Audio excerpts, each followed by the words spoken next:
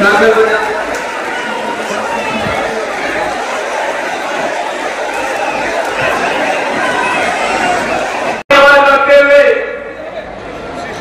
सभी का मैं हृदय से अभिनंदन करता हूं, स्वागत करता हूं।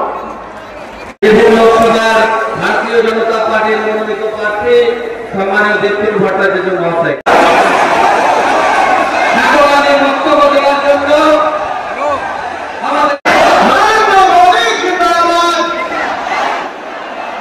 কেউ যায় না, আমি গিয়েছিলাম।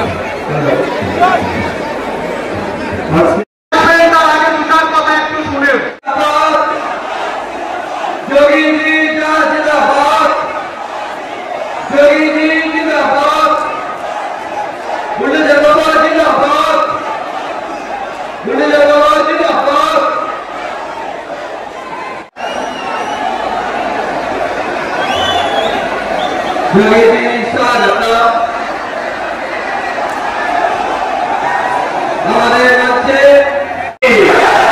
वंदे वंदे वंदे। भारत की सभ्यता,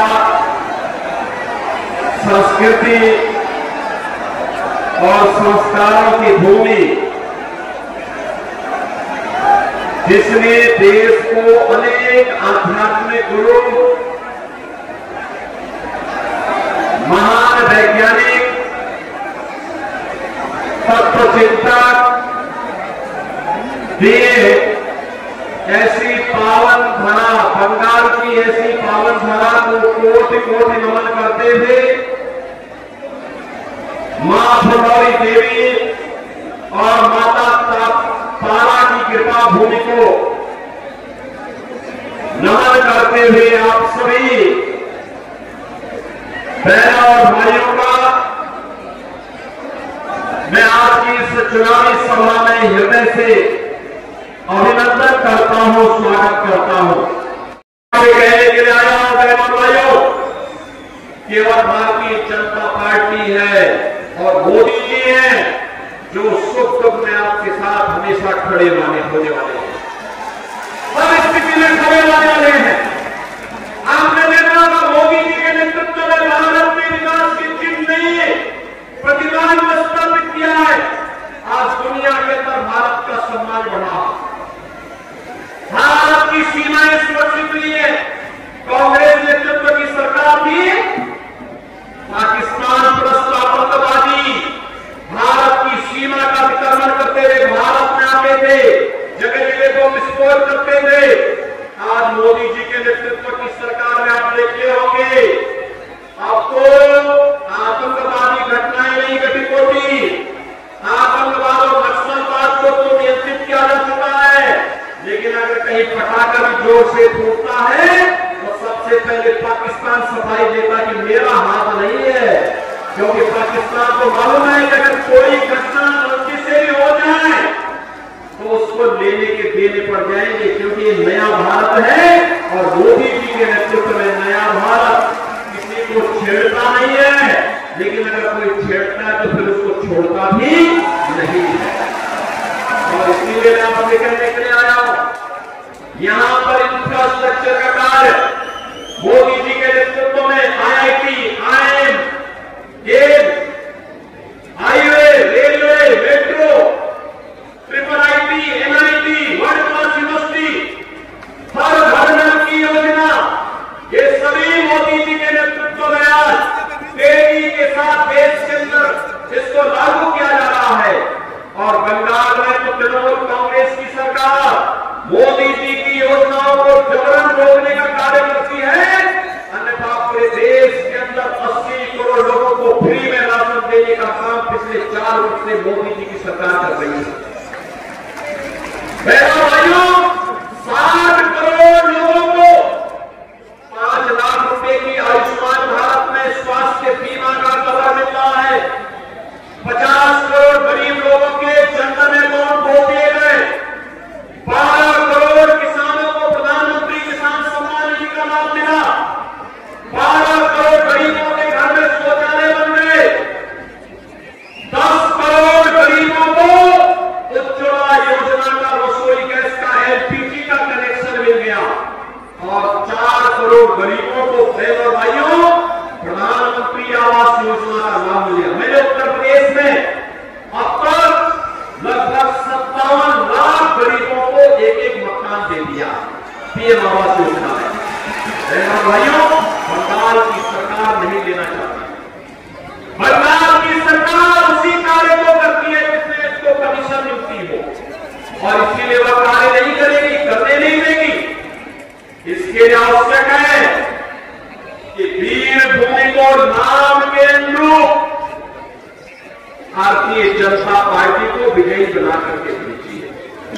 मोदी जी ने कहा है आत्मनिर्भर भारत और विकसित भारत की संकल्पना को साकार करेंगे।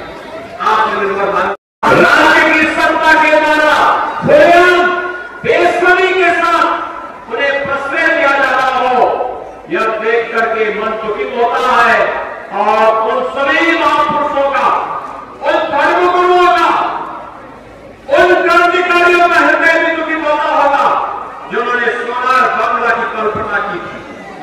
बहनों और भाइयों, आज जब 2024 के लोकसभा चुनाव के चौथे चरण के लिए संग्राम करने के लिए मुझे वीरभूमि में आने का अवसर प्राप्त हुआ है, तो मैं पूछना चाहता हूं यहां जी तृणमूल कांग्रेस को और इंडी गठबंधन के साथ दिल्ली में सहयोग करने वाले, कांग्रेस के सहयोग करने वाले कम्युनिस्ट और तृणमूल कांग्रेस से मैं पूछना चाहता हूं भारत के विभाजन का आधार क्या था?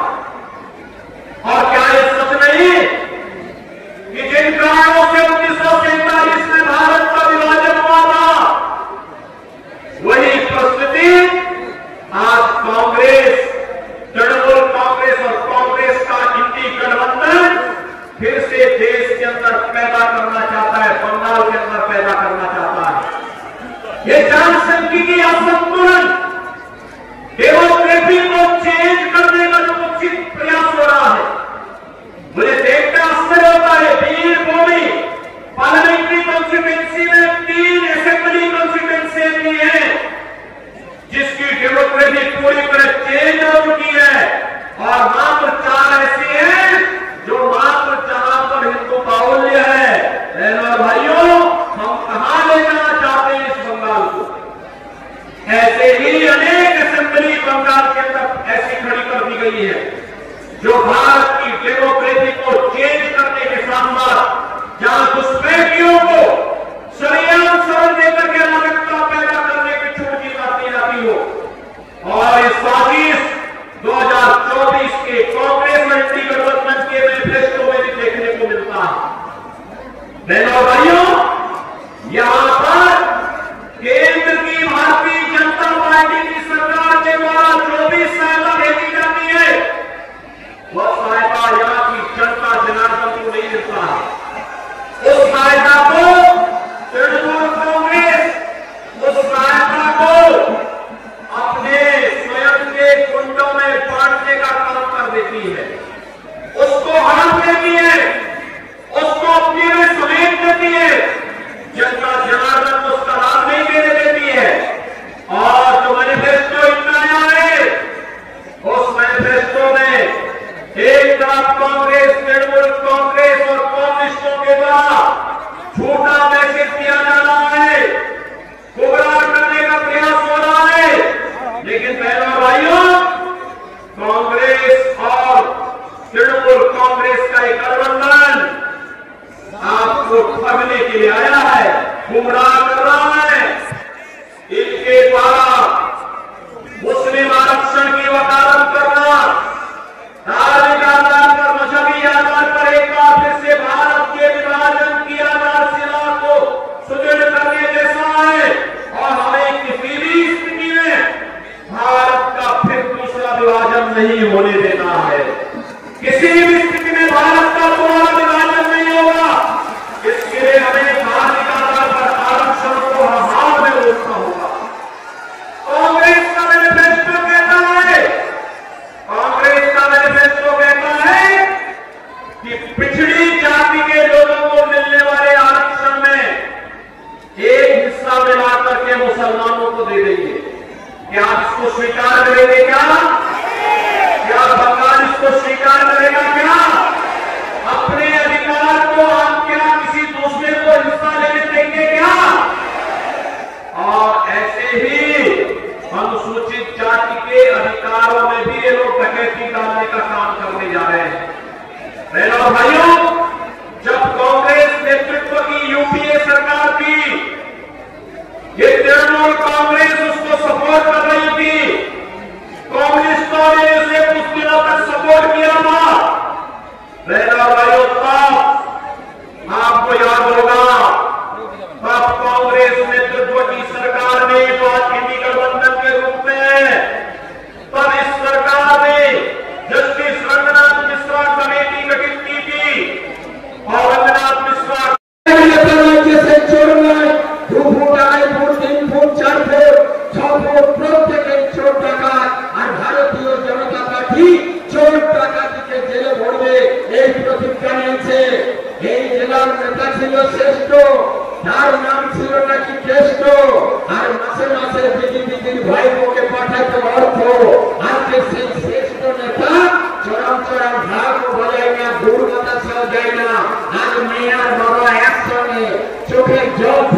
কান্নাকাটি করছে, এক নেতা বাদ যাবে না, প্রত্যেক নেতা চলে যাবে। এবং আপনারা বিজেপির পক্ষে থাকুন, জোরছে উঠে ওই ভাতবাজাররা বাড়িতে গেলে ভাত সরকারের বাড়ি থেকে বের করুন। আগামী 30 মে 13 মে আসছে দিন, সকলে মিলে সকাল সকাল পদ্ম ফুলে ভোট দিন। 13 মে আসছে দিন, আজকে বীরভূম জেলায় দুর্নীতি রোখার দিন। 13 মে আসছে দিন, আপনাদের প্রত্যেকের মাথা উঁচু করে চলার দিন। 13 মে আসছে দিন, তৃণমূলের সমস্ত চোর ডাকাতকে জেলখানায় ভরার দিন। 13 মে আসছে দিন, বিনা টাকায় আমরা ছেলে মেয়ের চাকরি পাওয়ার দিন। 13 মে আসছে দিন,